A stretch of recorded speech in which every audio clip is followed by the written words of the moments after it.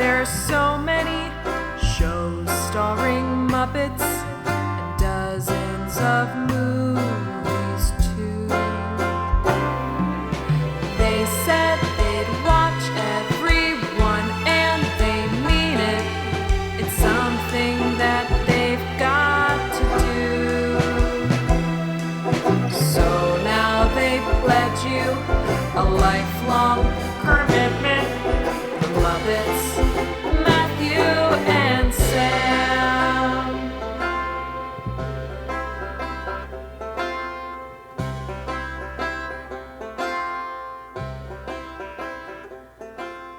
Welcome to Commitment, the podcast where two friends have vowed to watch all things Muppets. I'm Matthew Gatos, And I'm Sam Schultz. and this week is a very special week because Sam and I have just returned from a weekend at Walt Disney World. Crazy. It was a week ago. We were there. Where were we? What were we doing a week ago right now? A week ago this time we were in Animal Kingdom. That's I right. believe we woke We were up probably early. eating at Avatar World or whatever. But yeah, we've done it, folks. We've been talking about it for a while. I think we even hinted at it early on in this podcast that we wanted to go to Florida to see Muppet Vision 3D in person. Even if it under different circumstances, we still would have gone. Yeah, we actually, I think early on probably said when we get to Muppet Vision 3D in our chronological timeline, we have to go to Florida to see Muppet Vision 3D in person, to experience it and talk about it on the podcast. And well, How close did we get? When did it open? 91. So we're still a few years off. We got pretty close though. Well, not too bad, but I'm sure we predicted that we'd get there a lot sooner early on. But Disney forced our hand and said, hey, They called our bluff. You fools better get down here because we're going to close this shit in June. Yeah. So yeah, we will spend this episode talking all about our trip and Muppet Vision and all that. So I guess I'm going to skip right ahead and say, Sam, what did we watch this week? We went to Disney World's Hollywood Studios to see Muppet Vision 3D one last time before it closes in June of 2025. Join Kermit for an exhibition of the Muppets' newest 3D technology featuring a big musical number by Miss Piggy and a celebration of America by Sam Eagle. At least that's what you're supposed to be doing anyway, before Bunsen and Beaker unleash Waldo, the chaotic living embodiment of 3D, and Bean Bunny's overeagerness to help ruins Miss Piggy's musical number. A dejected Bean meets up with Waldo, and the two of them decide to run away and be free of all of their tormentors. The other Muppets look for Bean, who is eventually found in one of the theater boxes, and convince him to come back and help with Sam's finale. The finale goes poorly, of course, as it always does in Muppet stuff, ending in a firefight between the Swedish Chef, the penguins in the orchestra pit, and Waldo. Eventually, the whole theater is blown to bits around you, and Kermit comes in on a fire truck to apologize for the whole mess. We also went to Pizza Rizzo, a lightly themed Muppet food court in the same Grand Avenue area of Hollywood Studios that Muppet Vision is in. There's a little backstory that Rizzo and his huge family started this New York-style pizza place in Los Angeles after moving there to join the Muppets, and the walls are decorated with photos of New York and plaques and mementos from the business's history. The restaurant also features a party room, like the kind that you could rent out for a wedding reception or something like that, in the back, with a disco ball, colorful lights, and party music. And we also walked around Grand Avenue, which was formerly Muppet's Courtyard, which features a Miss Piggy fountain, a now closed Muppet gift shop that we tried to peek in the windows of to no avail, and Gonzo's Royal Flush, which is actually just the bathroom, but is lightly themed after Gonzo's toilet business that he had in the 2011 Muppets movie. I think even lightly themed is a generous read. It has the sign. It has the sign on top. Yeah. But there's also a sign on the front of the building that I noticed as you're entering the bathrooms that I think is the, hey, we didn't want to theme these, so we had to come up with an excuse. Yeah. So there's a sign on the outside of the building that says Executive Used Toilet Showroom. Which is pretty good. I think that's funny. Yes. Standing ovation for the ingenuity there. Yeah. But I did sort of have this idea of, what if the bathroom is fun and Muppety themed? and then I see a sign that says, this is Yeah. an executive use toilet showroom. Yeah, We have it's to have the just best a toilets. pretty normal bathroom inside. Which, to be fair, most of the bathrooms at Disney World are pretty normal bathrooms inside. You don't want to Yeah. freak people out too bad. Yeah, Star Wars, I think, is the closest to a super weird Yeah. bathroom. Some of and the even that restaurants is have pretty fun normal. bathrooms too, where there's stuff hanging on the walls to read. But the big Yeah. ones where you're just trying to do your business in the park and get out of there, they don't have fun stuff. I guess it would be a little odd if your toilet had eyeballs on it. Yeah. Like, you know, "Ooh, I don't like this. I can't go if you're Just watching doing me my toilet." job. Gulp, gulp, gulp, gulp. Or it would be weird if there was like stuff to read above all the urinals and there were just like people like, oh, excuse me, let me look at that, please.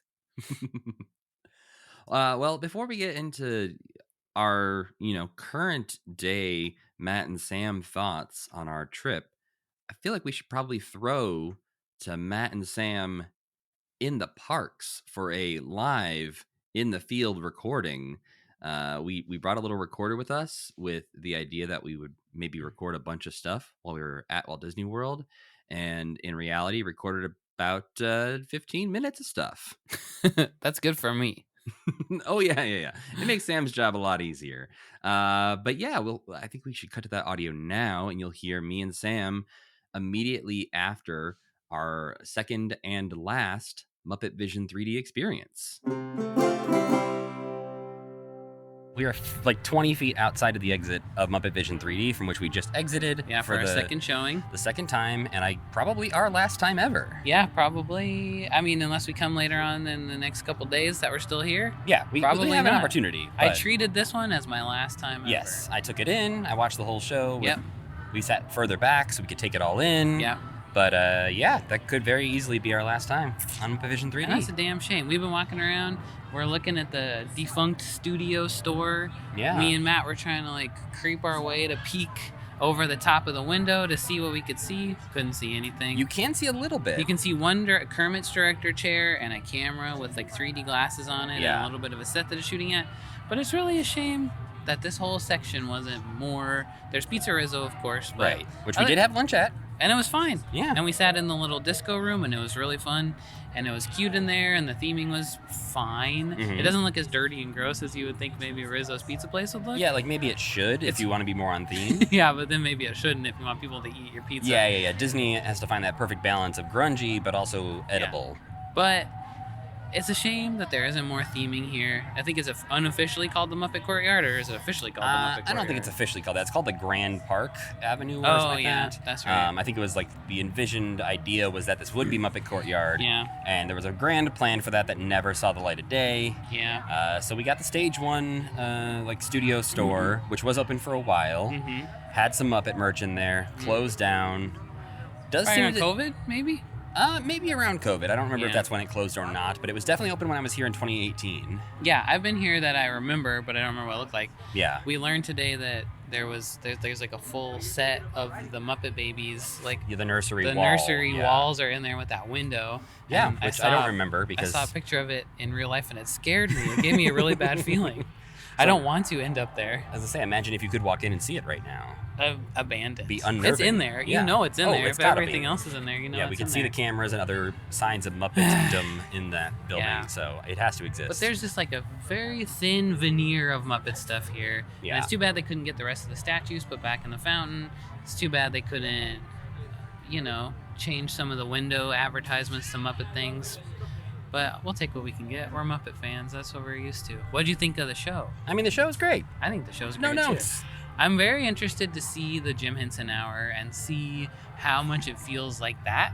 I bet it doesn't feel that much like that. Right. But I think it's an interesting, there is a crystallization of everything that the Muppets have been since the 70s in Right. that show, where they singing the theme song, which is kind of a little bit weird because Mhm. they haven't heard that in a long time. Right. And it's not really an episode of the Muppet Show. No, It's they're just not even trying to pretend that the Muppet Show is part of this, really. Yeah. So it's just its own demonstration of a new technology Yeah, that they're showing off. And I guess they live at Disney World now. It's a little confusing. I mean, you don't want to pull back the layers too much because Yeah. you have a 3D movie they've created, but they're interacting with Swedish Chef, who's projecting the movie they're creating. Yeah.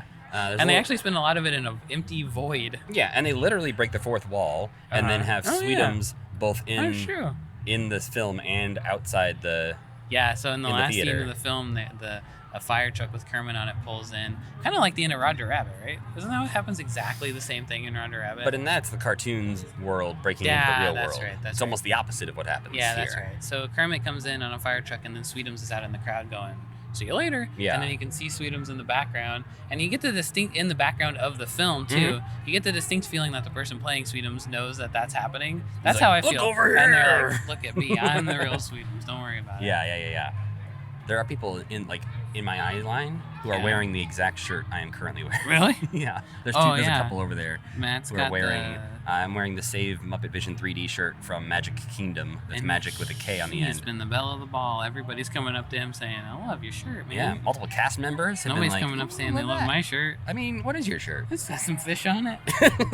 But yeah, we are enjoying Disney World. We're on day 1 of our 3 days in the parks. Yeah, and we got all of our work done on the first day. So yeah, but we sort of intentionally front-loaded this to have Hollywood Studios all day. So we got to do Star Wars stuff, and we got to do Muppet stuff. We ate lunch at Pizza Rizzo. We've been on Muppet Vision twice. I've taken 1,000 photos of the Piggy statue and the Pizza Rizzo signs. Yeah, and ate a churro, ate a pretzel. Drank some blue milk. And this is also the first time we've ever podcasted with each other in person. And it's the weirdest way to possibly do it. And it's the most expensive way to possibly do it, too. Yeah. I can't do it. I can't look anybody in the eyes when I'm talking about Muppets. Yeah, that's fair. I'm actually glad I'm wearing headphones right now so I can hear our voices, and I can kind of block out that there are people walking around us right now. Nobody's looking. Nobody's looking. Nobody cares. Yeah.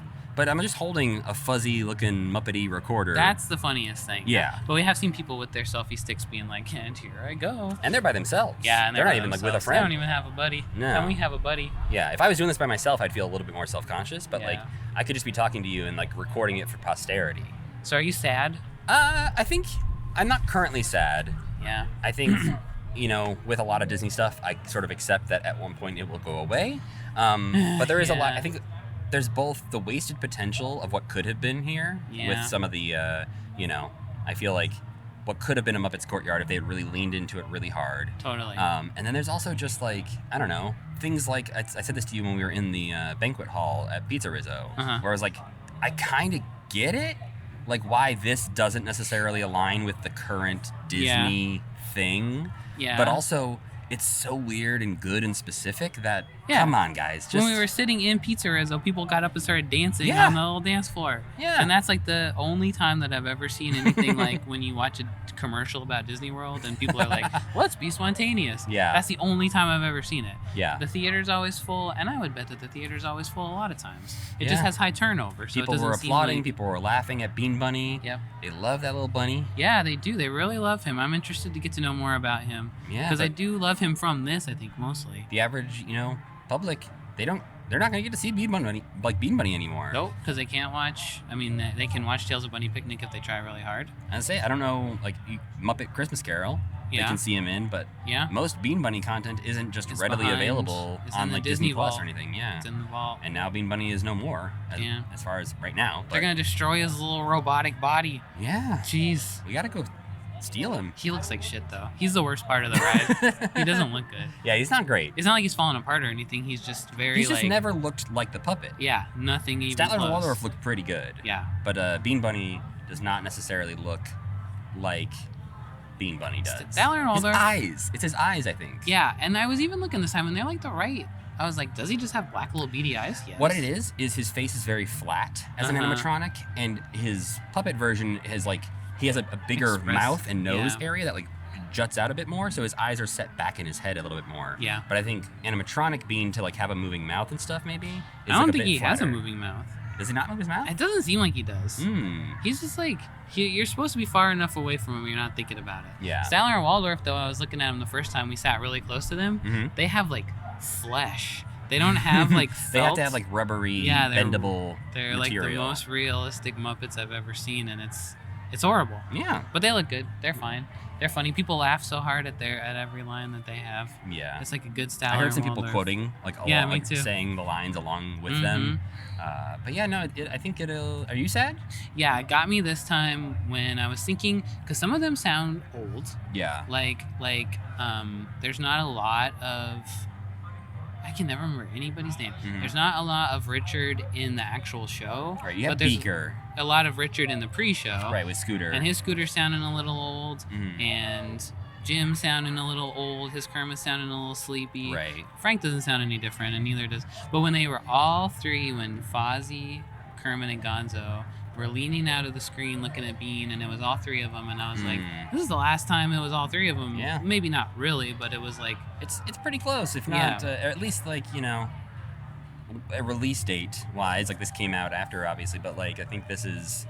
Yeah, it did get me a little bit, like, when there was just, like, the moments they were talking very earnestly to us, the audience. Yeah, it's like, oh, you don't know what's gonna happen. Yeah. And that part made me sad. But, it also is just, like, makes me sad it's going away, because it is, one of the last things he worked on. Yeah.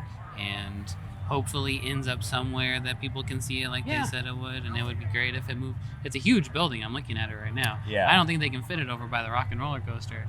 But they can do something cool over by the Rock and Roller Coaster and pay some tribute to the Muppets in a way that fits better than the Rock and Roller Coaster does, too, I think. Yeah.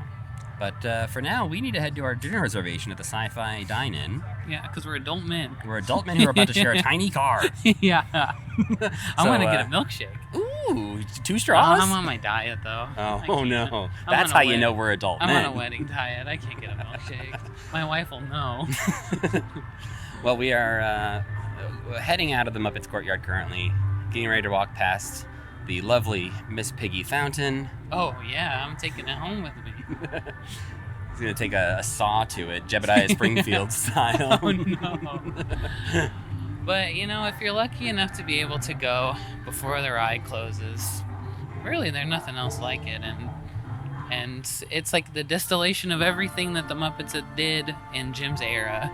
In really a lot of interesting ways, I think, that we've seen it grow and change into just like, this is like the crystallized version of it in everybody's brain that never actually existed, except this one time. Yeah, and it feels so different from the things we've been seeing lately in Muppets. Yeah. That it feels like a little bit of a throwback to their own stuff. Yeah, totally. It's like the thing he keeps getting sucked into every now and then, where he makes a Kermit the Frog thing, and it's really good, and he's like, I wish I wasn't so good at making Kermit the Frog things, but unfortunately, you're really good at making Kermit the Frog things. So for now, we are signing off because we do have to run across the park a little bit to get to our dinner reservation. Oh boy, okay. Let's go. See you later. Bye. For those who might be worried, yes, we did make it to our Sci-Fi Dine-In reservation. They were late to seat us, actually. It took them forever. So that is true. We did make it in time. We did share a tiny car. And yes, they did bring me 2 straws for my milkshake because they thought Sam and I were on a date. And I looked around at other people and they did not have 2 straws. Yeah, Sam was like, maybe they bring everyone 2 straws. And then he glanced around and was like, nope. That's okay. They don't. I would have drank out of your milkshake, but I had my own fun novelty drink to drink. So we were all right. But yeah, Sam, we did it. We went to Walt Disney World. We took a vacation together, just you and me. It was a working vacation. Sure. I mean, you know what? I didn't even mention, like, we went to the Sam the Eagle. We looked at every single Muppet thing you could possibly look at Disney World, including that feels like one a thing. Bold claim where I feel like somebody's going to find something that we don't talk about. I think it's right. Including one thing that we didn't even expect, which was in the adventure, the American Adventure, when you see Jim Henson for a second. Right. That also counts as the Kermit. But we went to the barbecue place where it's like also very lightly themed after Sam Eagle, in the form of just that there's like 3 posters on the wall about how he had a barbecue competition one time, and his head is there. We saw some topiaries. We did see some topiaries. We did it up. We didn't get to see the projection show on the ball because on Spaceship Earth, because they're not doing that right now. Yeah, the Rainbow Connection Spaceship Earth show, I believe, only happens during the Arts Festival, which happened in February. So we did not get to see that one. No. But when I came back to the office last week, multiple people were asking me, like, not how was Walt Disney World, but like, how was podcasting at Walt Disney World? And like, how did you guys get everything done you wanted to do? And I'm like, oh, yeah, that was about 15 minutes of our trip. Yeah. And then the rest of the time was just a fun Walt Disney World trip. We were doing research for a little bit. We did walk around Muppet Courtyard for a really long time, and you took a lot of pictures. Yeah. I think that was at least in my expectations of what this trip would be, trying to sort of burn into my brain the Yeah, vision of totally. Muppet Courtyard and all Pizza Rizzo and stuff Yeah, because that's an interesting way to put it because I also do that when I go to Disney World. Every time I go, I'm just like, I must implant this into my brain because next time I'm here, this could be torn down Mhm. and I'll never see it again, as And has this time happened it's with other. true. Yeah, like with we went on the dinosaur ride, and I'm Mhm. so sad that most of Dinosaur Land was closed because I would have loved to have. But I did do that the last time I went several years ago because the Yeah. writing has been on the wall for Dinosaur Land for a pretty long time. Yeah, I think with this area, especially like you and I, we talked about how we've both been to Walt Disney World in the past, Hmm. 5, 10 years, but we both went before we started doing commitment. Hmm. And so we liked the Muppets. I'm sure we both went and saw Muppet Vision 3D. We walked past Pizza Rizzo, but the appreciation level is very different now as opposed Yeah. to what it was the last time I was there because, I had never been inside of Pizza Rizzo until this trip. Mm-mm. I watched Muppet Vision, enjoyed it, but didn't think about it that hard. Right. Or So like this, go through the line and like look at all the posters and like look in the little guard booth and be like, hey, there's Link Hogthrob. I wouldn't have yeah, even really known who that was before last time I went. yeah. I mean, like, who's that sexy man pig? I gotta get back there and give. I wouldn't have appreciated the sexy Miss Piggy calendar he's got hanging up or anything. Yeah, you hadn't yet learned of your true feelings for Miss That's right. Piggy. That's right. And you know what? Pizza Rizzo was pretty dang cute. I liked it. Yeah, Pizza Rizzo, we went in sort of expecting the worst, I think. Just terrible cafeteria pizza, and it wasn't that bad. Yeah. And we sat in the banquet hall area on the second floor at the back, which is supposed to be, yeah, like a place you can rent out for weddings or whatever, and is supposed to be playing essentially wedding dance music throughout. So the main Pizza Rizzo area is playing a more just like background Italian music, Yeah. and then you step into the banquet hall, and it's much more pop hits that are intended and did get people up and dancing. Crazy. This is like the only time I've ever seen like what maybe you would consider like Disney magic in real life because people got up and did like a line dance. It Yeah, was which so crazy. it started with just a couple kids, and I was like, okay, Yeah. that's yeah, they're kids, they got a lot of energy, they're up and dancing. But then the adults were like, yeah, you know what? I am also going to get up and dance. And then everyone started forming lines and doing an actual line dance on this tiny little like 8x8 dance floor they have in Pizza It was Rizzo. crazy. But the food was not that bad. I think there's nothing people like better than to complain about food and talk about how bad it is. And I think a lot about how people are like, you're gonna get diarrhea. That's like from anything, from Taco Yeah, Bell, from Chipotle, from whatever. People love to say you're gonna get diarrhea. I don't ever get diarrhea. people Do you? love to say Do it. you ever get diarrhea? Is this a conversation topic we're having on the podcast at the When you moment? like This is go to a our place, Disney World Spectacular, Sam, and well, you're trying to Pizza pivot Rizzo is a us to place where poop. people have told us you're gonna get diarrhea. I To didn't be have any fair, issues. I did have somebody on Twitter or Blue Sky or one of those other text-based type things Uh-huh. when I posted some pictures of us being at Pizza Rizzo was like, "Oh, watch out for the pizza," and I was like, "Oh, well, we ate it," and they're like, "Well, just wait for a few hours, then you'll regret it."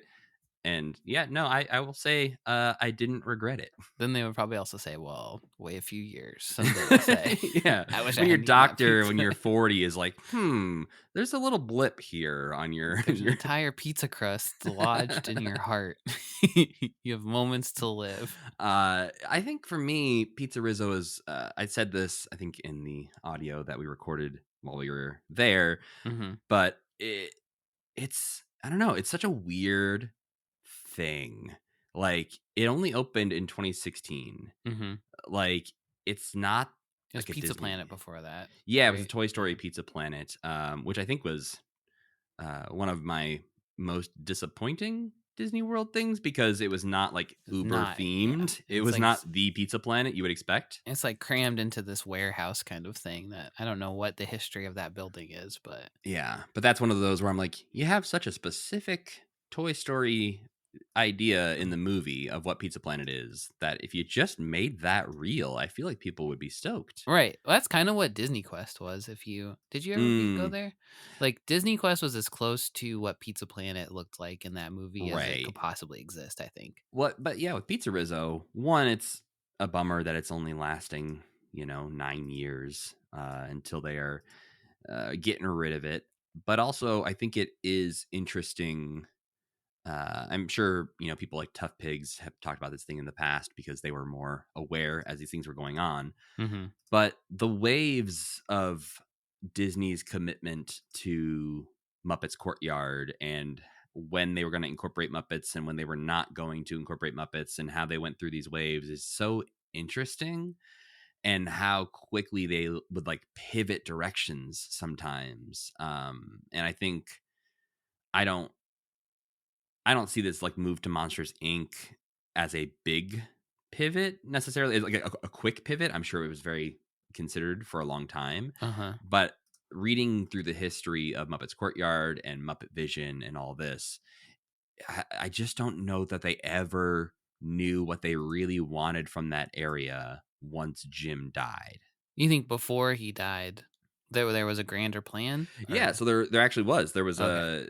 So there were super early plans for MGM Studios back when it was first opening, to basically have an area that they were going to refer to as the Muppet Studios. Okay. And this would have featured the Great Muppet Movie Ride, which was a concept, Right. which was Okay. going to be like the Great Movie Ride, but full of misinformation and would not actually teach you anything about how movies are made. Amazing. There's actually a quote from Jim where he says, "It's the flip side of the rest of the Disney MGM studio, which tells you how movies are Mm. really made. We're doing it in the most stupid way possible using lots of misinformation." Beautiful. I love that. I love that he called it stupid. Yeah. But that, Also, that's like a bold claim on his part that it teaches you that the rest of the park teaches you anything. I mean, I guess back there was then, it like definitely taught you more than it teaches you yes, now. there was the backlot tour. There was like a Drew Carey hosted like a Foley based like show. But yeah, I guess you learn a little bit. Yeah. And the idea of having a ride that has a parody of another ride that's also in the same park at the same time is kind of a wild concept. Yeah, Like yeah, if they did the Great Muppet Movie Ride now as like a throwback sort of thing, right. that makes more sense in my brain. But the idea that they would set up like, a 2-minute walk away from the actual ride, sort of a parody ride. There, Uh, that's what they did in Dino Land. There was Countdown to that's right. Extinction, and there was a roller coaster that I think was also called Countdown or something. It was not Yeah. called Countdown to Extinction, but it retold the story of Countdown to Like a Extinction, more but kid friendly way. in like cardboard cutouts that were along the track, basically. Yeah. Right. Well, they also were pitching some other Muppet themed restaurants for the area at the time. There was going to be the Hard Luck Cafe, that would have been a Hard Rock Cafe parody, themed around Dr. Teeth and the Electric Mayhem with What? Muppet memorabilia on the It's not walls. too late to do any of this. There was going to be the Great Gonzo's Pandemonium Pizza Parlor. Okay. The wrong Uh, guy to have a pizza parlor. I feel like Well, there's so this one was several. going to be a Gonzo and Rizzo opened a pizza parlor together Oh, okay, idea. sure. And it was planned to be where Mama Melrose's Ristorante Italiano is. Yeah. So this was pre Pizza Rizzo being a thing. Like this was the first Muppet pizza idea. Right. But it's wild. You can read a lot about it on Muppet Wiki. They were going to have animatronic rats like bring out your food on like train tracks. Oh, like a sushi Yeah, roll. but it had like little Okay. rats running around. There would be the occasional explosion blowing open the doors of the kitchen, sending clouds of smoke and chicken feathers into the dining room. Okay. Well, Uh, that's that part of that doesn't sound so good, but yeah, and an animatronic Swedish chef like back in the kitchen. There was also in one of the concept art drawings a Swedish chef's video cooking school, but there's not anything really known about that beyond the huh. idea that it showed up Okay. in a concept sketch. But they also wanted to have some of the buildings in the area be like interactive facades, Yeah. like New Zealand's Boomerang Fish Market, which would have had animatronic fish in the windows. What the hell? But yeah, so only Muppet Vision 3D was finished before the plans were canceled No. Jim was following the going death of crazy. Jim. Yeah, he Yeah. was like, "We're gonna take this park over." Because he'd been waiting to take this park over for a long time. A Well, Disney park, right? yeah. Well, that was the whole thing, is because in 1989, Mhm. 1990, around then is when he started talking for real with Michael Eisner about selling the Muppets to Disney. And this deal was sort of ongoing for a long time. There was some contention about trying to include Sesame Street or not in that. And so, yeah, this took a while. And then Jim passed away and the deal dissolved. Obviously, it came back, a decade or more later, Mhm. and when they actually finally did buy the Muppets. But because Jim passed away and this deal went away, they sort of just gave up on the future of this Muppets courtyard for, you know, a really long time.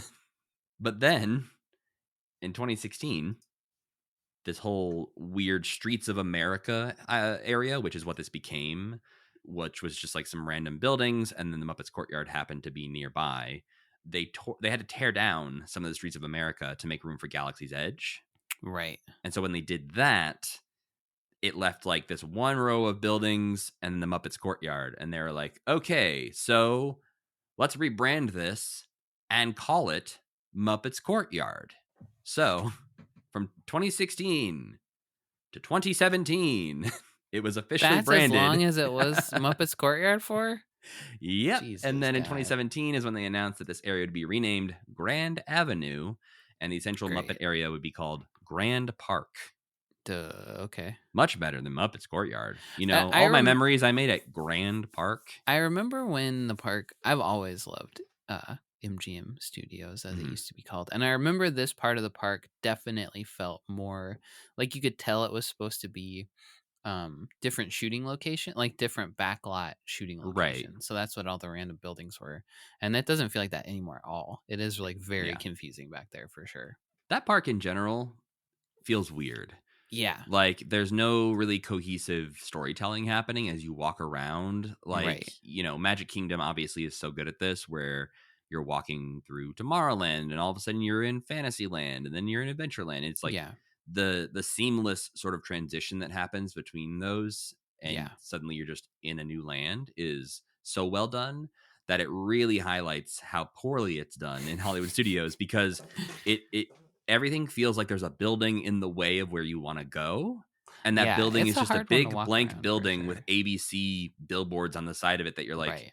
I don't know what this building is for, but I have to go around it to get to Star Wars, I Yeah, guess. and I think that used to be exciting, like, it it it felt used like you were to. on a back lot, like you were Yes. in the studio and there was Yeah. fun things in those buildings and not just a commissary. Yeah, and it was a work. I think knowing that it was a working film studio for a very brief Right. amount of time also was like, "Ooh, this is cool.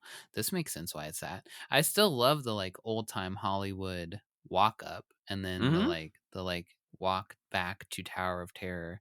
That all works really well. I think the Yeah. area where there's, like, Indiana Jones and, Echo Lake and Star Tours, that Mhm. area is cool too, but then, yeah, once you get to, like, the Chinese theater, and then you're Right. kinda like, "Where the hell am I supposed to go?" I don't really get Yeah, so this. Yeah. when you need to get back to Muppets or Star Wars or Toy Story, like Yeah. when you need to get back to those places is when you're like, I guess I'll cut through this weird little hallway that's Yeah. just blank big buildings, or need to go around this weird New York Yeah. set.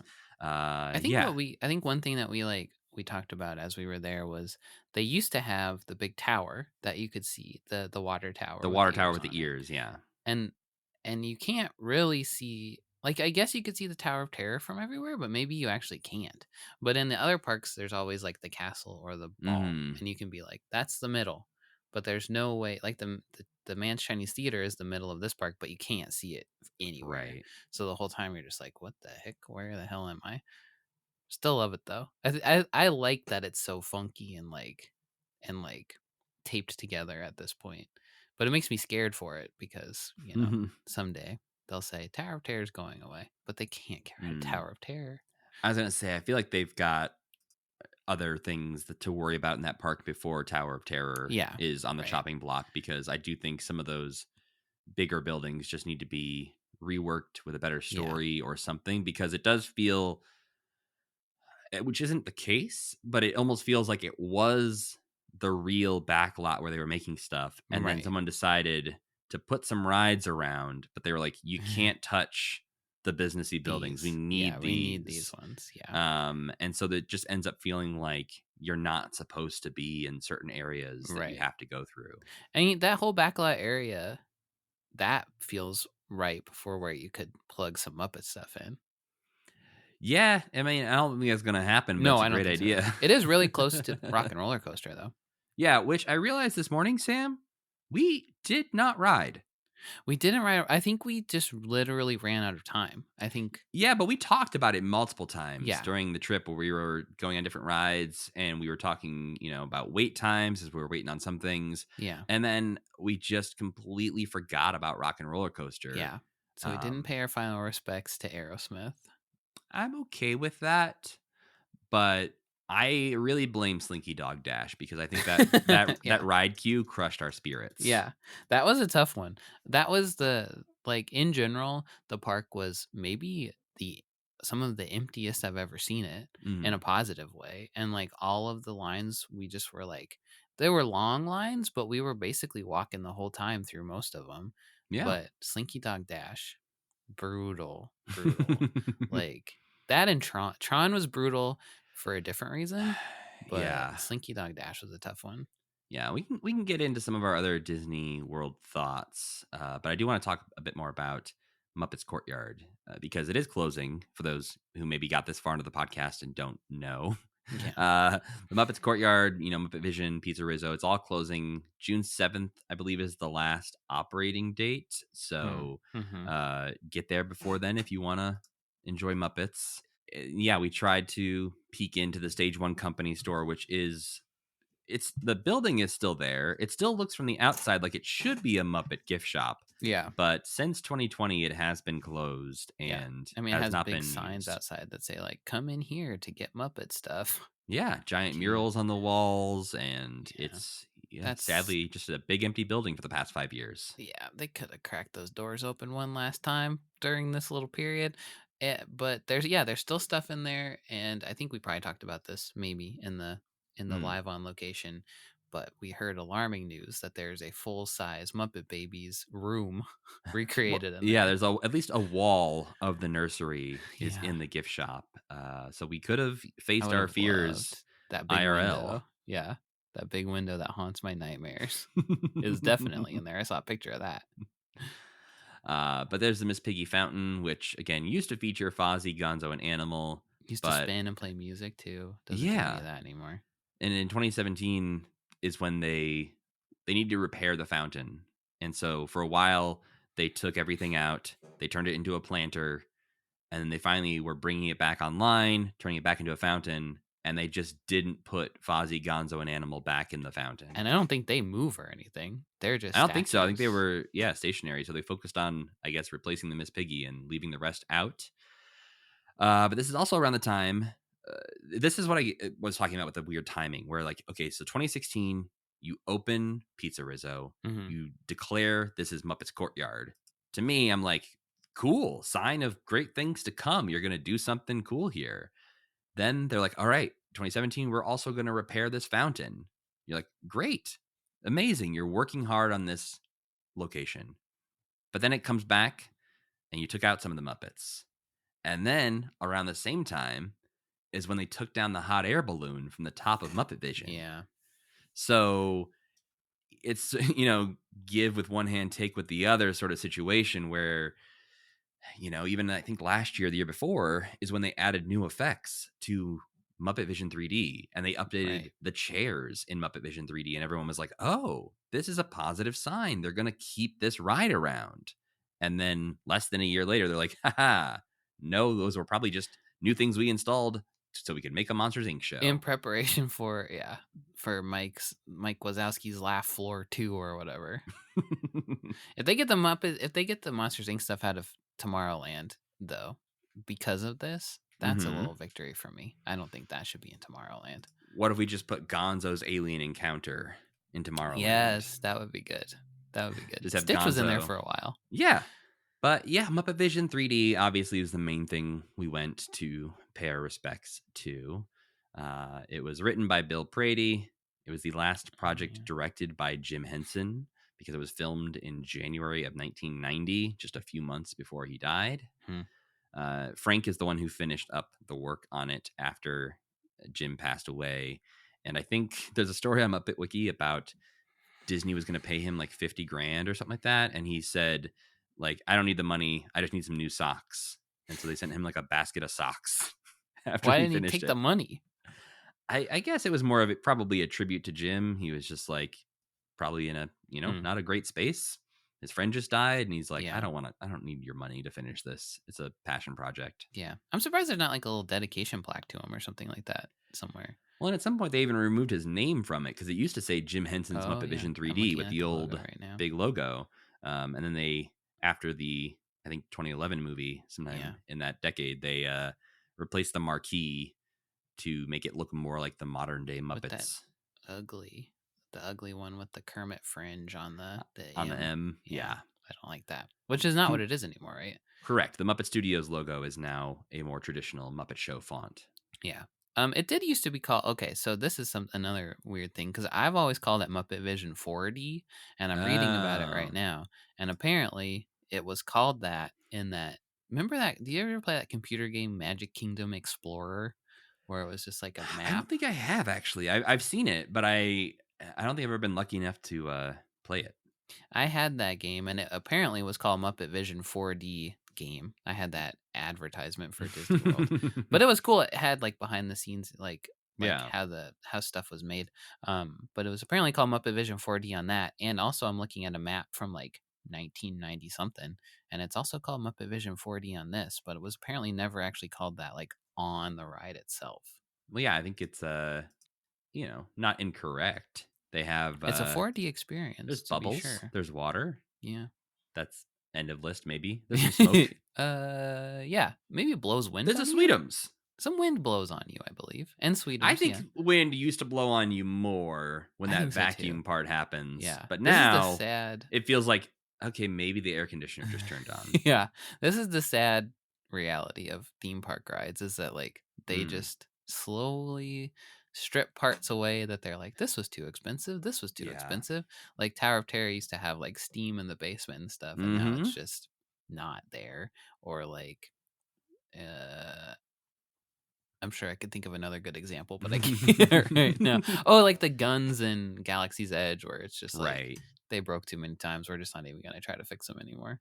But yeah, if you've never got to experience Muppet Vision, I'm so sorry because it's a lot of fun. Go, go, Uh, go! It's not too late. go now, or there are some pretty good like 4K full Yeah. watch throughs on YouTube that you can enjoy. Make sure to watch the pre-show videos. Sam and I, we went, we showed up for a screening of it, and we were in the pre-show. We came in like the middle of the pre-show, and to do our due diligence to watch the entire pre-show as a part of this commitment, we stayed behind as everyone else went into the theater to watch Muppet Vision.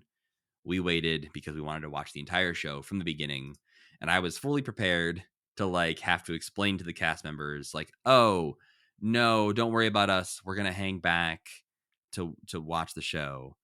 But they didn't care They about us at know. all. They know. They know what kind of freaks like that, right? Especially right now. I also was wearing a shirt that said "Save Muppet Vision 3D." Yeah, which got a lot of attention. Got a lot of attention from cast members and park goers alike. Yeah. But yeah, that was, I don't know. It was a very good experience. I think going to see that. I had seen it before at Walt Disney World when I was, like 10, but I had Mm-hmm. also seen it in Disneyland where it was open from 2001 to 2014. Mm-hmm. I had seen it out there before, and yeah, this was obviously the most I ever appreciated it and the most attention I ever really gave every part of it and try to just soak it all in of the film, the animatronics, the music. It's just a very good show. Yeah, and it's like so interesting to see them go back to the Muppet Show, basically like recreating the Muppet Show for the 90s and going back to this like concept that they haven't really explored since like 1980 or whenever the Muppet Show ended, and it like crystallizes it in such an interesting way of like this Muppet Show never actually existed, but Mm. you could believe that it existed, or like that the Muppet Show's been going on since it ended on television for this long. I'm really curious to see what's going on in the Jim Henson Hour, to see if there's any like connective tissue aside from Bean Bunny being like such Hmm. a prominent part of it. Because it is just like they settle right back into these characters and their dynamics, and it's like, when was the last time Sam Eagle was talking about America like that? Was it 15 years prior to this? Like, how does anybody remember that? And it's just because they're such, like, I don't know, memorable characters, I guess. But it was definitely much more meaningful this time, and I probably got way more jokes than I've ever gotten before. Hmm. My question is that supposed? Do you think it's supposed to be the Muppet Theater that you're in, or is this a new place? I think it's supposed to be a recreation of the Muppet Theater. Yeah, that's my read on it, but it Hmm. also is uh, such a weird concept in general that it breaks down pretty quickly if you think about it too hard. Yeah, So I I think think I only asked that because it would have been maybe kind of neat if they had recreated like the stairs up to the dressing room and like Kermit's little desk or something like that. Would have been cool to right. see. But it also is interesting because so much of Muppet Theater then is dominated by Muppet Labs. It's like Mm. Muppet Theater is like the like legitimate front of this like mad scientist business. It seems like, because like you walk in and you're in Muppet Labs and there's like Right. doors everywhere that say Muppet Labs, and the whole ride is themed around Muppet Labs. It's just kind of like this weird side effect where it's like Muppets are super science, like that somehow goes hand in hand. Or like a secret meth lab or something. That Yeah, Bunsen and Beaker are developing weapons back there for that's how sure. they actually make their money. Yeah, that's why the Muppets can keep doing what they do. But yeah, a little bit more like behind the scenes info on Muppet Vision.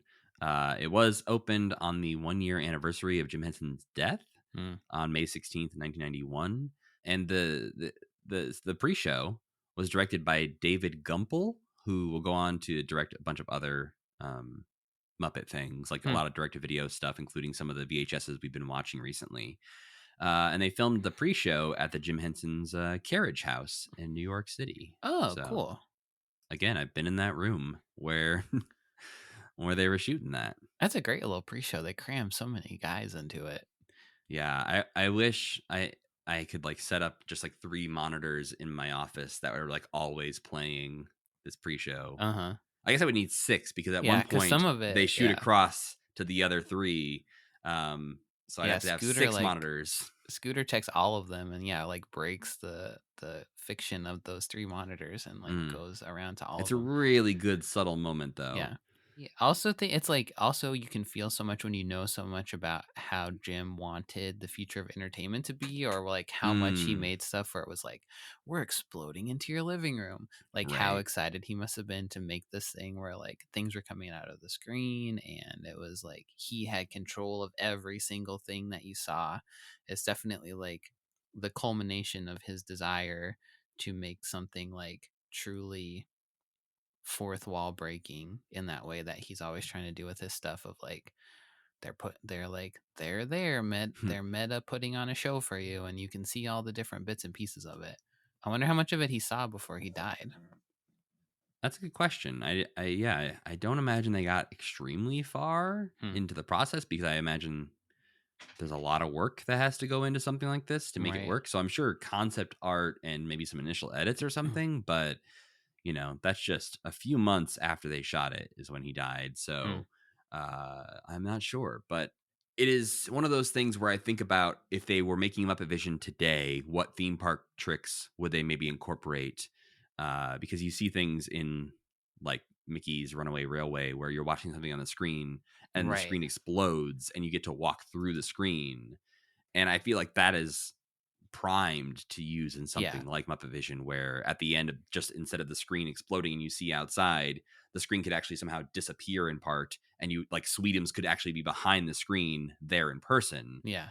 Uh, Or do something like the Great Movie Ride where the the I guess it's the Ellen's Energy Adventure more like where you're sitting in this huge ride vehicle and you don't even realize it until it like drives into the screen or something like that. That's how the yeah. like the Muppet movie ride could start or something. Hmm.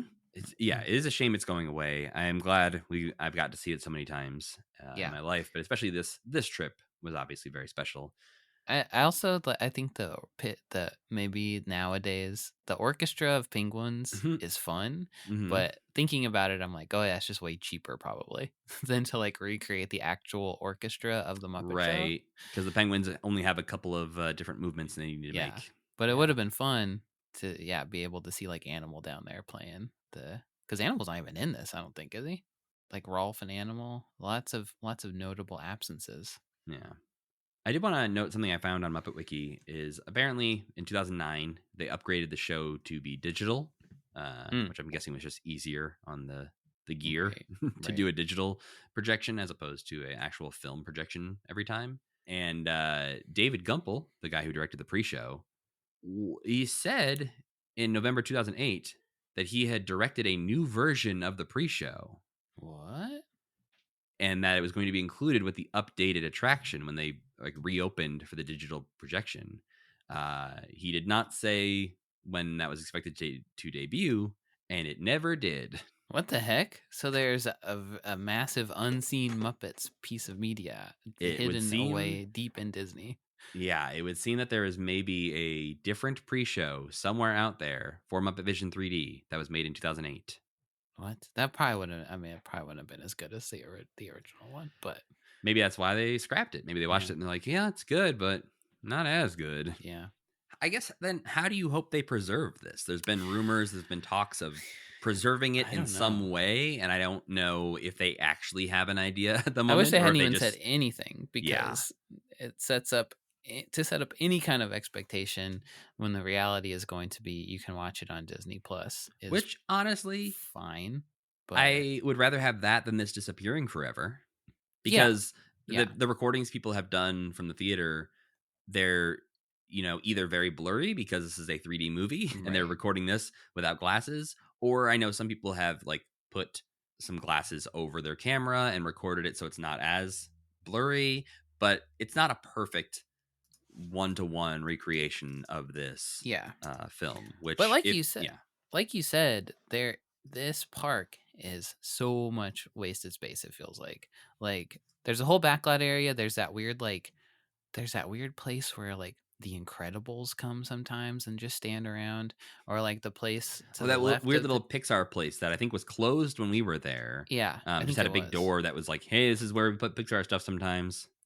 Yeah, or that Star Wars launch bay kind of thing to the left, which is Yeah. completely unnecessary when you have Galaxy's Edge and Star Tours, which Star Tours also is kind of like wasted space because they could just like, I don't know, they should probably push that back so that it's closer to Galaxy's Edge instead of you walk past like what is supposed to look like a fake uh Star Wars setup and then go directly into what is supposed to be like the most immersive Star Wars thing you could imagine.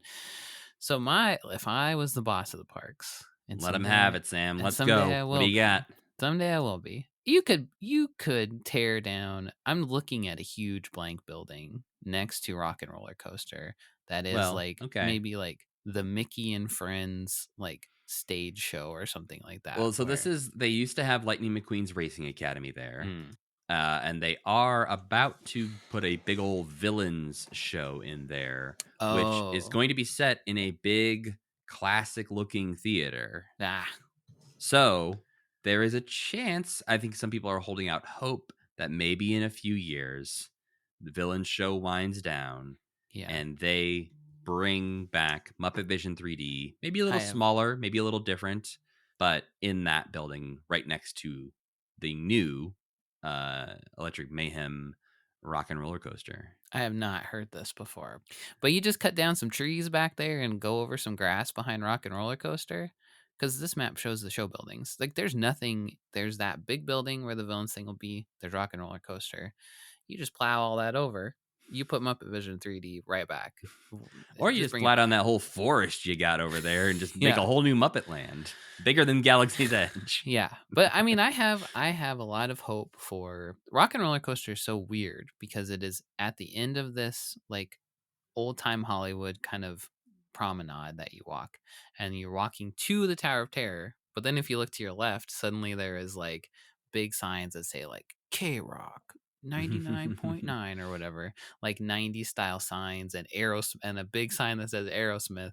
So that is totally out of place. So I think my hope would be that they replace that kind of theming with a Muppet Studios arch and theming, and you walk in and there's like the studio store like there used to be. There's the rock and roll, whatever they turn this rock and roller coaster ride into, and then you turn to your left, there's Muppet Vision, and it's all just back there, not bothering anybody. It can just sit back there, and us Muppet fans can be happy.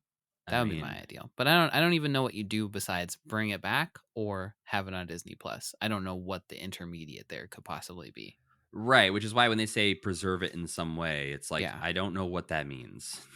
Yeah. Like what does that possibly mean other than one of those two What things? do you think they'll just put it on Disney Plus? Is that your My assumption? that would be my prediction. Is that they are going to just plop it in Disney Plus and say, "Here you go.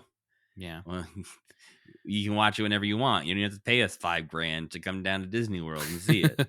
So yeah, obviously not ideal, but you know, Disney doesn't preserve rides that go away.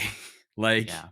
they don't often bring them back, except for the occasional one-off tribute. Like they brought back Captain EO for a little bit after Michael Jackson died, Right. And but yeah. I don't see them bringing back full-time Muppet Vision Mhm.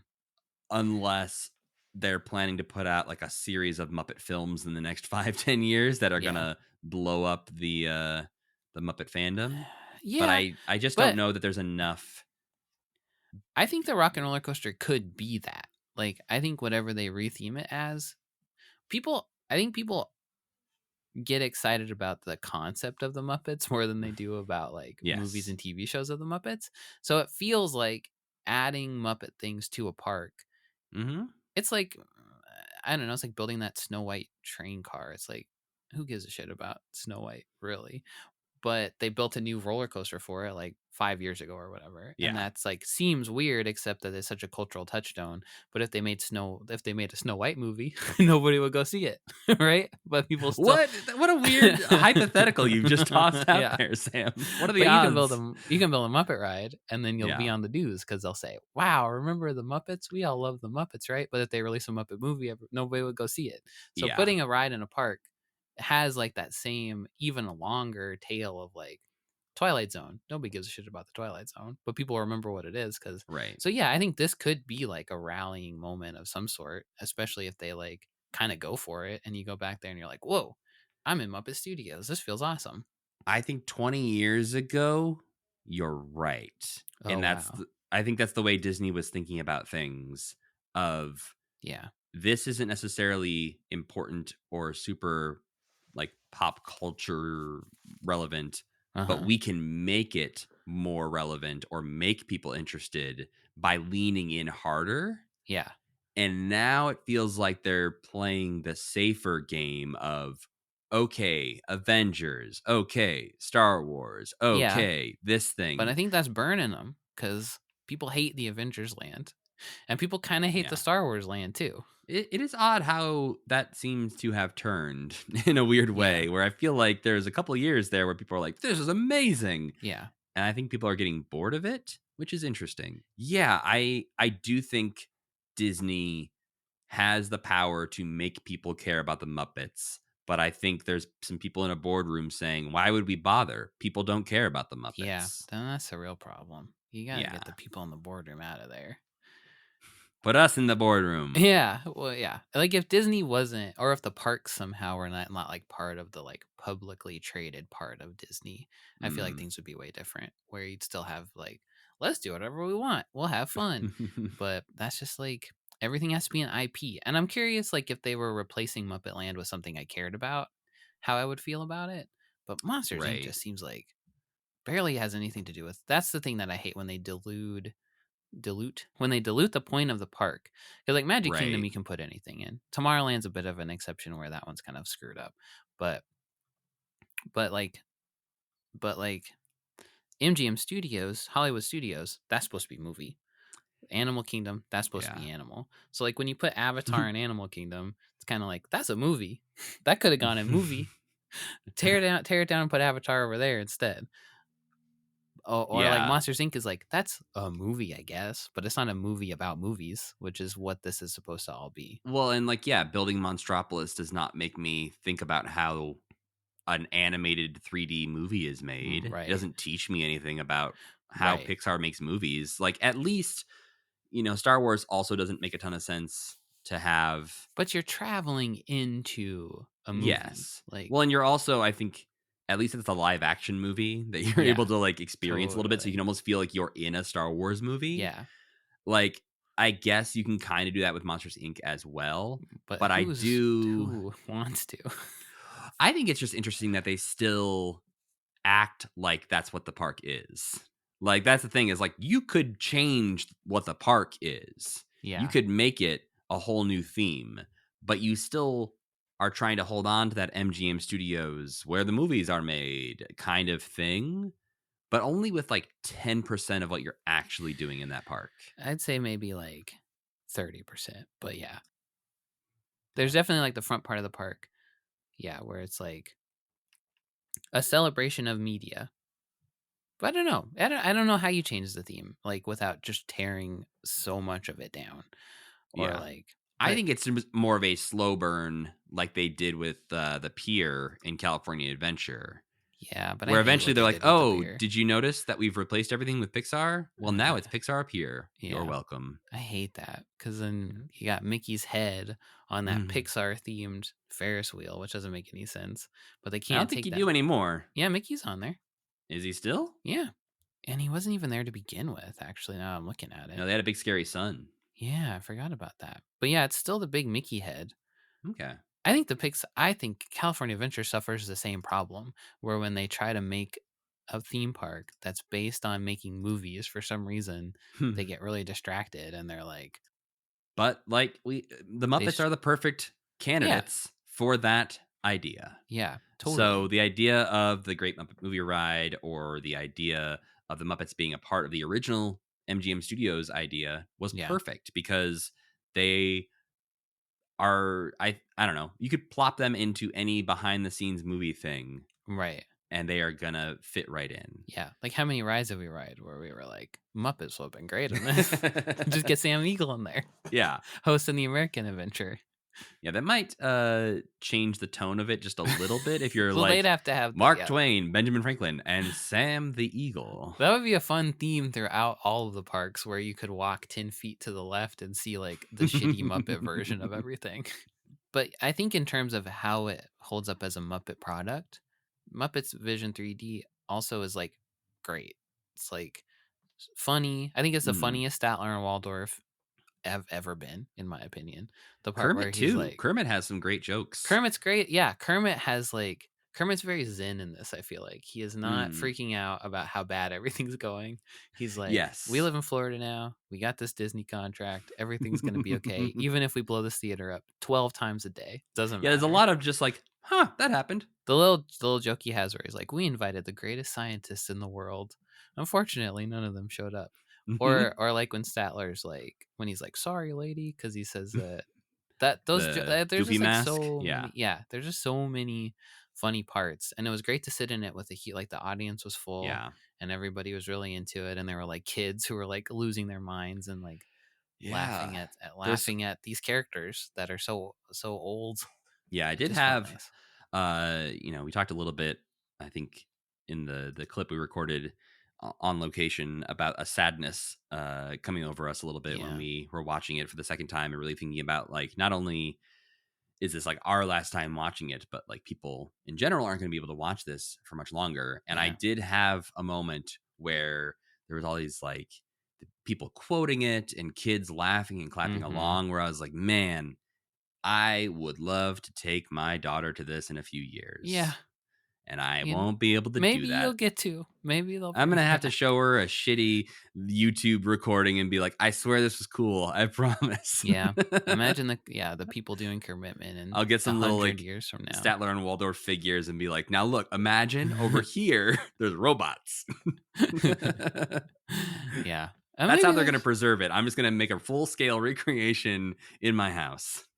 maybe there's like a uh there's like a bigger conversation to have about like what is a theme park ride supposed to be for, or like specifically Mm, what is it, and like how do you decide when to tear it down and replace it with something else, and like what metric and what where, like, because I think about this with the Tiki Room a lot, or like It's a mm. Small World, where it's like, yeah, probably like the president should say you can never tear this down. It's Right. probably like a national heritage site or something like that. It's like, especially Small World to me is like, and I think Muppet Vision also is like Mhm. this. It's like an art piece that is on a is like in a rich guy's house, like the rich guy's Disney, Right. and you can It's go like, in and "Oh, look where at is it. Starry Night?" "Oh, it's in that guy's house. No one can look at it." Yeah, or it's like, "Oh, I painted Luke Skywalker on a Starry Night so that more people would wanna come see it." It's like, there's a certain amount of, like, cultural responsibility. There Yeah, should be. There isn't, right. but there should be a certain amount of, like, "Okay, what are the ramifications of doing this, and should we just buy 10 more acres to the left Hmm. of our theme park and build something there instead?" Or, Well, like, Sam, that's the thing. They don't even have to buy them. They already own they already them. own it. Yeah, They that's true. own so much empty space that I Yeah, understand is more expensive to tear down and build new infrastructure yeah. than to just replace Muppet buildings with monster buildings. But, I think what Sam's saying is yeah, there is some level of this stuff can become very important to the, history of pop culture. Right. If you tear down It's a Um, Small World someday, it's like that is jokes in stuff going back to like uh yeah. Jimmy Dean show, like when it Yeah. first opened. Like Since like day one of that being open, It's a Small World has been a cultural reference. And like, yeah, plenty of things have been lost to time. mhm. But when you are the one who controls whether or not something is lost to time, Yeah. I feel like you can make some You better gotta ask choices yourself a there. few more questions. And you Yeah. know what? Maybe they could get rid of Indiana Jones Stunt Spectacular. Oh, that is a perfect transition point, Sam. Let's talk about the rest of our trip a little Okay. bit. Okay. So we obviously didn't go for just Muppets. We had 3 days in the parks. So the first day we spent entirely at Hollywood Studios. We wanted to really give Muppets our full attention, but we also, of course, had Star Wars Galaxy's Edge. We had our reservation at the Sci-Fi Dine-In. Tower We of had a Terror. yeah, Some we of my had a favorite lot stuff we is there, wanted to yeah. do. That's the thing. We have talked some shit about Hollywood Studios in this, but some of our favorite things Yeah. exist in Hollywood Studios. So there is redeeming qualities. um, It's my favorite one. And you know, it probably is my favorite one because of Muppets Go to Disney World, because they spend so much time there.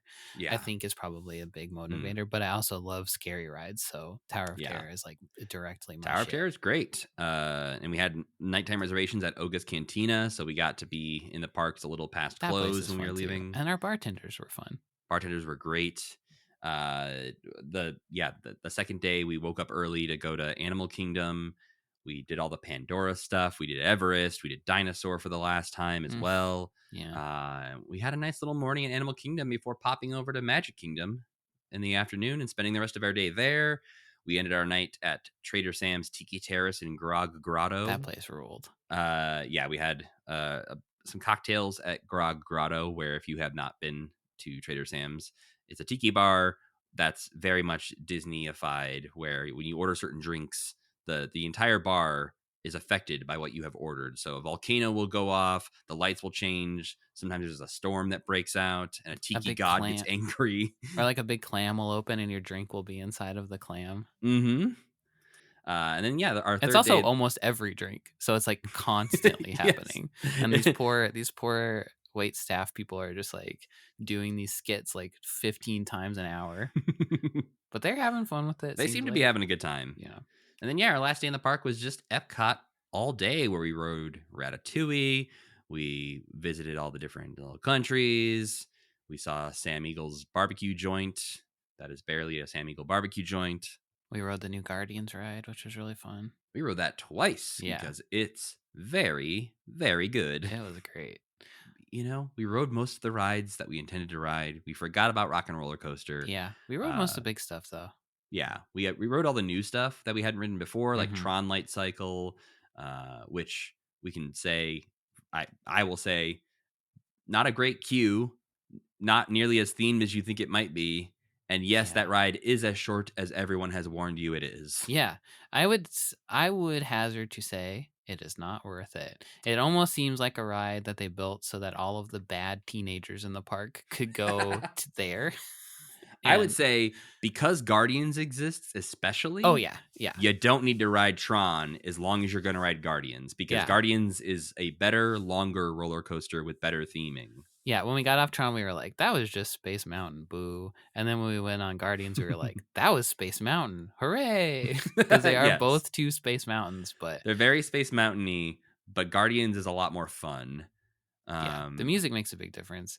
And yeah, Tron, Tron is like, just I think it takes itself almost too seriously. yeah, the pre-show, the theming in Tron sucks major ass, and it could be so cool because I think we went somewhere else. I don't remember what building we were in, and it was like, "This looks just like Tron. This should just be what Tron looks Yeah. like." Was it When like you the were trying Imagination to building or something? I don't even. It was somewhere where it just looked like Tron. right. Well, and I was optimistic that they were doing one of those like, okay, when you get into the second building, like the part of Yeah, the show, the next part of the yeah, queue will be more fun looking because we were in the outside area waiting and there was sort of like this like big beam thing yeah. and we were sort of talking of like, oh, okay, so is this us being sort of transported That's what into turns you into Tron Tron World. land? Yeah, And I was like, well, it feels like it's not really like there's not like a story being told. You're just supposed to, I guess, assume that's what's happening. And you yeah, walk through these doors, and all of a sudden you're there. And you're like, oh, I guess that was what happened. I just exist in the world of Tron now. And for some reason, I'm on the blue team competing in this event. yeah. But there's Eh, nothing happened to you. You're not shrunk down or sucked into the game or whatever needs to happen. Like you're just you're just standing on a cement there. pad for 2 hours, and then you get in a really like in concept getting on that motorcycle is cool, Yeah. but in practice it's like okay, but it's not I mean, the really fact that they are like, they have to do so much to get you on that motorcycle. to They're tell like, you how to do it. here's a locker. Yeah, You have to put everything in that locker. You yeah, cannot keep anything with you. So, like, immediately taken out of the immersion of that too. Cause I'm like, oh, did the right. Tron guys have to put their stuff in lockers? Right. um, And they could call them storage cubes or something.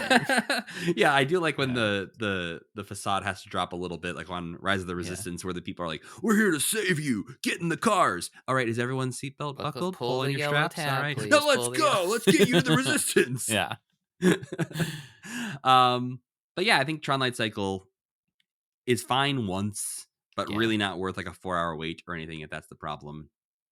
yeah. On the flip side, as far as new rides go, Tiana's Bayou Adventure was a fun little time. I thought it was really cute. Yeah. I think people forget that there's big stretches of time where nothing is happening on Splash Mountain also. And Yeah. they actually have added more stuff in those places where nothing was happening on Splash Mountain. In the finale is much better and bigger Yeah. and more impressive than it Yeah. was on Splash Mountain. We've seen a lot of things online about people complaining about Tiana's Bayou Adventure being broken. And I will say Mhm. we did have a couple technical glitches when we Yeah. wrote it, which were I don't know. I'm sure it's very hard to make a theme park ride work consistently, but like one of them was just a screen that wasn't on, Yeah. but we could Which hear is the like, audio. you could have made Mama Odie a little robot in that part and she'd at Yeah. least be there. We also had a couple non-working parts of Rise of the Resistance, like the guns weren't moving and the Kylo Ren animatronic at the end wasn't doing anything, which I also know is a pretty common Yeah. thing that happens there, which was disappointing. But the biggest disappointment for us, I will say, I think I'm speaking correctly here for Sam, Okay. was the Indiana Jones Epic Oh, yeah. Right. Stunt Back to this. Spectacular, Yeah. which was not at all epic in our experience. It was the most palpable feeling of like mass confusion and disappointment and embarrassment on the part of the people in the show that I've ever experienced in my life. Yeah, for those that are unaware, the Indiana Jones Stunt Spectacular is a thing that when I was a kid fascinated me, excited me when I was a 10-year-old going to see it at Disney World. You can see a good chunk of it in Muppets Go to Walt Disney World, starring Piggy and Kermit in the Mm-hmm. show itself. But it is basically a on-set recreation of major moments from Raiders of the Lost Ark, where you get And to see explosions and the big boulder thing yeah, and the trucks plane flipping fight where the over. where the plane's spinning around with the Yeah. propellers, and it's like the kind of thing that you go and maybe you're like a dad who brings his kids and you're like, this ride this is fucking cool. Trust me, this Hmm. is so cool. You're gonna have your mind blown. And then you go, and what happens? Yeah. So we go into the show, and they say over the loudspeaker, there's a pre-recorded message saying, due to some technical issues, some parts of today's show will be changed or omitted. And we're like, okay, whatever. It's Indiana Jones, still cool, Maybe like whatever. some fireballs won't go off or something like that. Exactly. So we get in, we see the opening scene where Indy is in the Peruvian temple.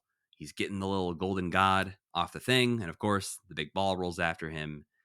He goes through all the booby traps, makes his escape. We all cheer when he climbs a rope.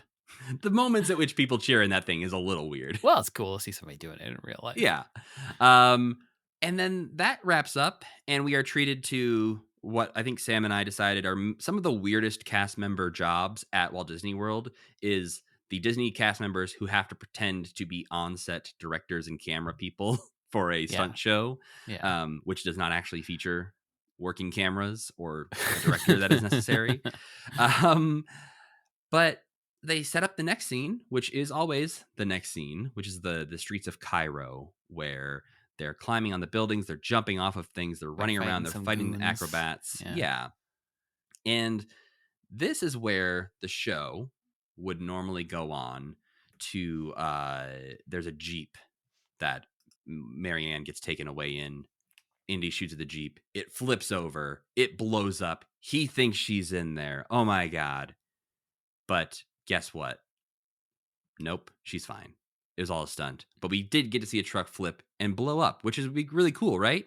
And then after that, what's supposed to happen is that the big Nazi plane from Raiders of the Lost Ark is in the background. There's machine guns shooting. There's the German mechanic. There's things blowing up. There's a lot of fire. It's very exciting. The gas gets lit and blows up. Except when we saw it, it ended during the Cairo street scene before the Jeep even blows up. Yeah. We saw no explosions whatsoever. It just he just beats up all the guys, and then it just kind of stops, and all the cast turns to you and they say, "Thanks for watching." They And then, jumped off the building. That was Yeah. their finale was like they're climbing up the building. They jump off of it. They land, and we're like, "Yeah, woo, this is cool." And they're like, "Thank you so much for coming out to Indiana Jones." but they say it so spectacular. it's over now, and then they Yeah. all look at you like, we know it's confusing, We're but you so must sorry. go now. And then everybody just sits there for like 10 seconds until they're like, oh, that was Yeah. the end of it. There was, I think, no matter how many times you've seen it, whether it was your first time or your 50th time, I think everyone was confused. Yeah. Yeah, it's not a natural there's no natural conclusion to it. And then you look up like what the technical difficulties are, and it was just like COVID, and it's been like that since like 2020 or something. Yeah, because they closed it in March of 2020 Mhm. for obvious reasons. But they announced that the updated version would be reopening in 2021. And I don't know what that could possibly mean or what they Mhm. did other than take things away. Right. So whatever version of this opened in December 2021, I don't know if there ever was a plane since then, or if there was ever a flipping Jeep since My then, or if it understanding is that has there been this wasn't, sad but- like 8-minute show. Because if so, they really need to advertise that more. Yeah. On Reddit, I think I think I saw on Reddit that it just never came back. And that's So been this way sad. since then. And it's such a cool little experience. And yeah, they do need to say on the pre-recorded thing, this is half the length you're gonna We're remember. sorry. We're sorry, yeah. And not make all those people have to come out and be like, you have to go home now. Because I Yeah. felt bad for them. Well, because they still do. In the past, they used to get like a volunteer from the audience to be an extra in one of the scenes, and now Yeah. they just like kind of have two kids come down to say lights, camera, action, and then they're Yeah. like, "All right, bye." But there's like an audience plant dumbass in like a Hawaiian shirt who would like get into trouble, and you thought he died at one point too or something like that. But then at the end, he's in on it. And I remember watching that when I was a kid and being like, "What? Yeah. How?" Yeah. So that was bad. But I guess that they could they could tear that down and put Muppet Vision there. Or just put Kermit and Piggy back in it from the movie. Yeah, exactly.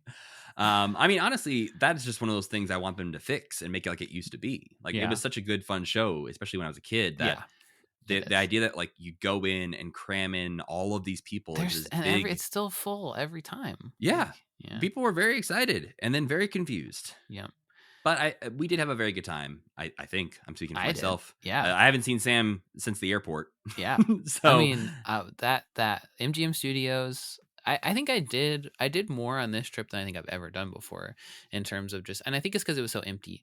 Like it yeah. was so easy to go on everything and just like hop back on Tower of Terror and like Hmm. hop back on stuff. But yeah, I got to go to Sci-Fi Dine-In, which is another place where every time I go, I'm like, I have to remember all of this because this won't be here anymore. Except that Mm. place was full, and they just redid the menu, so it's like actually good now, which was shocking to Mhm. me. But it was so that I was like, that was really fun to me. I thought watching that, that I was telling Matt that's how all that's how all restaurants should be. I There think should that just is be what a you said. big TV in front of you, so, and it should just show trailer. Like this is my idea that you're on a Mm. romantic date. You're in a place like this. You're watching trailers of romantic movies and like little fun little like sequences from them, and then you get to say to your date, "That was a great movie."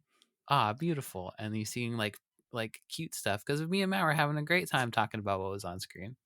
Do you think they should make original fake trailers for it, or should No, they they should show do The real Holiday. trailers? They should show The Gotcha. Notebook. They should show all that kind of See, stuff. the holiday is a And great example because what they could do is show like the fake trailers, like the ones that are in the holiday, oh yeah, yeah. or the fake trailers like in Forgetting Sarah Marshall. Like they could make a bunch of romantic comedy trailers featuring like the biggest stars in the world Oh for yeah, that movies would that be fun. don't actually exist. And like Yeah, maybe there's a mixture of the two. Like maybe they could incorporate some actual trailers, yeah, some throwbacks, but yeah, no, the Sci-Fi Dining is a lot of fun. That's another place that I haven't eaten since I was 10. yeah. And the sci-fi thing works great too because it is like that's so crazy looking, that's so stupid, or like ooh that Well, and they alien's kind of take you in spooky. and it's like a behind the scenes like backlot kind of thing. Yeah. Like you're walking behind a set when you walk Yeah, I've in never had there. the lady gave us a spiel as we walked back. She was like, "You're being transported back to the 1950s to or Yeah. the 1960s to whatever." I've never had her do that before, but it did feel. I felt like throughout the park there was a lot of like because I went in 2021 or 20 early 2022, and it Mm, was like messed up. The park was mm, really messy, and the people it was like a skeleton crew. But I feel like there was like a really renewed like, okay, we gotta really try to um we're like back in our theme. We're doing the whole mm. thing. Galaxy's Edge, maybe not so much, I was but gonna say, I don't mean I don't want to go off again. the lady got mad at you about saying coffee, or No, you no, got no mad one at the got lady. mad. I got Okay, frustrated later, not in front of her, okay.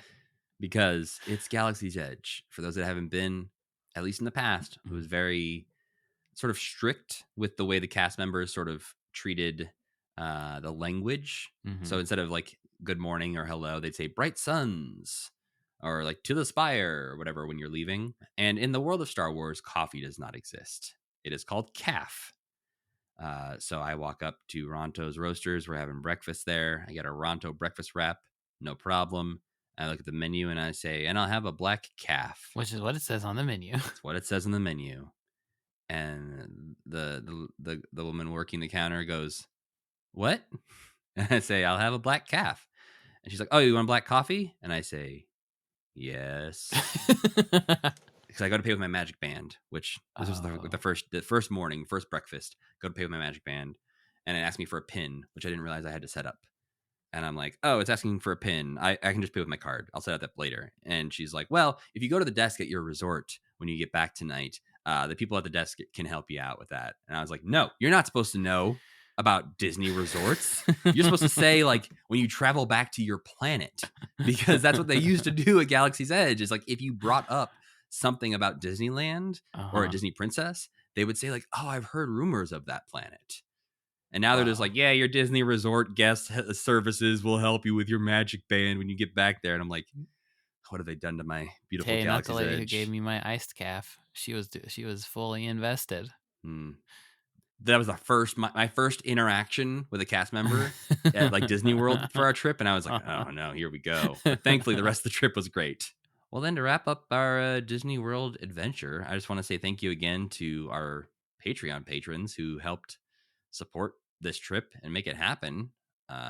and the listeners and supporters of this podcast for encouraging us to do it, because in another world we don't have this podcast and we didn't get to go see Muppet Vision before it closed. No, I would have been so sad. I would have begged my mom to go with me though. I would have gone to it one more time.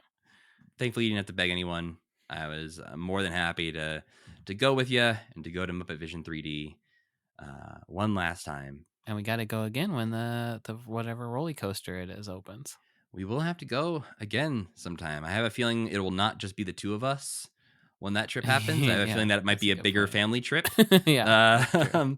But we've done it now once with just the two of us. We had the laissez-faire approach to it. So next time, if I'm bringing a toddler along and it's a little bit more stressful, that's all Yeah, right. man, that's Let's- your problem. That's your problem. Let's define the minimum height for the Muppet roller coaster, and the moment she hits Yes. that, we're going. We're booking our tickets. It's That's like, a great ooh, idea. she's 41 inches. Let's go. Yeah, I like that.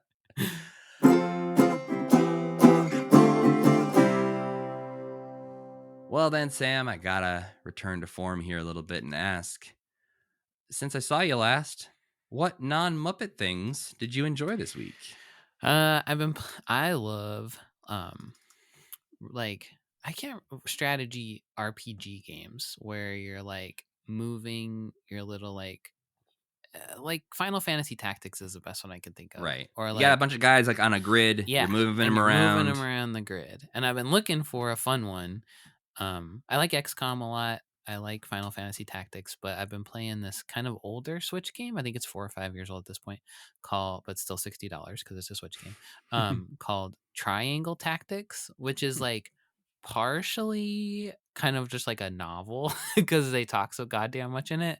But it's heating up now, like a couple hours into the game where they've established everybody, but it has like it's like Final Fantasy Tactics quality, which is like the gold standard to a lot of people, I think. Like strategy, RPG, action, and I've just been like, if you like that kind of game and you know what kind of game I'm talking about, I love it, and it's a great kind of game for Switch too because it's just easy to like pick up and play a couple battles and then stop. But yeah, that's mostly what I've been doing with my free time in the last week or so. This is one of those Sam and I are very different people kind of moments, because that is maybe my least favorite kind of video game. That's like the only kind of video game I like anymore because I'm just old and I secretly just want to play Warhammer really bad. But if anybody out there has suggestions for games like that, I'd love to hear them because Isn't there like a Rabbids one? You could be a Rabbids that was the in other. Mario or That was something? the. It doesn't necessarily. It can be on computer or anything, but that was another one I almost got. Was the Rabbids Mario game. Well, yeah, I got back and for some reason was like, I need to rewatch Arrested Development. So for some Interesting. reason, Why? I'm almost done with the first season already. Okay. I think it was like, I don't know, I just opened up Netflix because I've been going this week and trying to decide what streaming platforms and things I can get rid of, if anything, to save some money. Mm-hmm. And was revisiting, like just logging in and being like, does anything on here excite me? And I opened up Netflix and saw Arrested Development. It was like, ooh, I haven't rewatched that in a few years. Gotta say, still a great show. Good job, Pretty guys. funny. Pretty funny show. Much like Scrubs, I don't know if I'll watch the last season when I get there, because, oh boy, was that a rough one. Even if it had been funny, it was still sad that they weren't all together all that much. That's the problem, is because for those maybe who haven't watched Arrested Development, what the show is really good about is that throughout an episode, there's a lot of random weird things that will happen. And at the end of the episode, everything comes together in a very satisfying way. That's very funny, very good. I know a lot of shows are like that, but Arrested Development does it better than a lot of them in some extreme cases. What they had to do with the last like reboot series they put on Netflix, because a lot of the actors are big famous actors now and they can't all be in the same room at the same time, is they filmed a whole season like that, where you get a whole episode where one character was doing something weird and there's not a lot of context for why it's happening, but you have to expect that, I guess, 5 episodes later it'll all pay off. Yeah. And what this is called is frustrating. And they're also green screened into the same set sometimes, and it looks terrible. And it's very just, it's one of those things where it's like, I love all these people, I love the writing, but maybe this one didn't need to happen. We don't want to see just Tobias having an adventure by himself. That's the thing is like when it does pay off, you're like, okay, this is good. Yeah. But I didn't enjoy the journey. Yeah. Well, we gotta let you know what we're doing next time here on Commitment because unfortunately, it's not another cross country trip to a theme park. Instead, we are returning to the nursery. But we will not be alone because we will be joined by our returning guest, Nick Jenkins, as we go back to the nursery and watch 3 more episodes of season 5 of Muppet Babies. Good Lord. These episodes are Is There a Muppet in the House? Slipping Beauty, and Muppet Baby Boom. We recorded this one a long time ago. Yeah. You will hear in that episode, clearly we recorded that a few weeks ago. Yeah. Because it was recorded before we went to Disney World. Yeah. But we, of course, also watched a 1988 VHS tape called Neat Stuff to Know and to Do. Oh, yeah. I forgot about that. That was fun. Yeah. I think we actually spend a large part of that episode talking about that VHS tape. You're right. Which is Yeah, shocking. You're right. So that'll be next time here on Commitment as we continue through season 5 of Muppet Babies. I promise we'll be done with it pretty soon. And we'll move on to some other fun non-Muppet Babies 1988 things. We're starting to get really into uncharted territory, which is exciting. Mm-hmm. And we're going to be, I think, just in the most exciting era of uncharted territory. And then I'm going to have to go on a parental leave for a little while. That's right. So before we go, we got to thank our friend Tuna for making the music for this podcast and Cassie Wilson for singing our theme song. Don't forget to go to commitment.com for all your commitment needs, including listening to episodes, picking up merch, or signing up to become one of those lovely Patreon patrons who made our Disney World trip happen. And while you're listening to the podcast, don't forget to rate and review it. I haven't seen a new review come in a while on Apple Podcasts, but I'd love to read one out on the podcast soon. If you want to get in touch, you can email us at mail@commitment.com or follow us on social media places at commitmentpod or at commitment.com on Blue Sky. And you can always follow me at Matthew Gatos. And I'm Sam Schultz. And as always, keep believing. Keep pretending.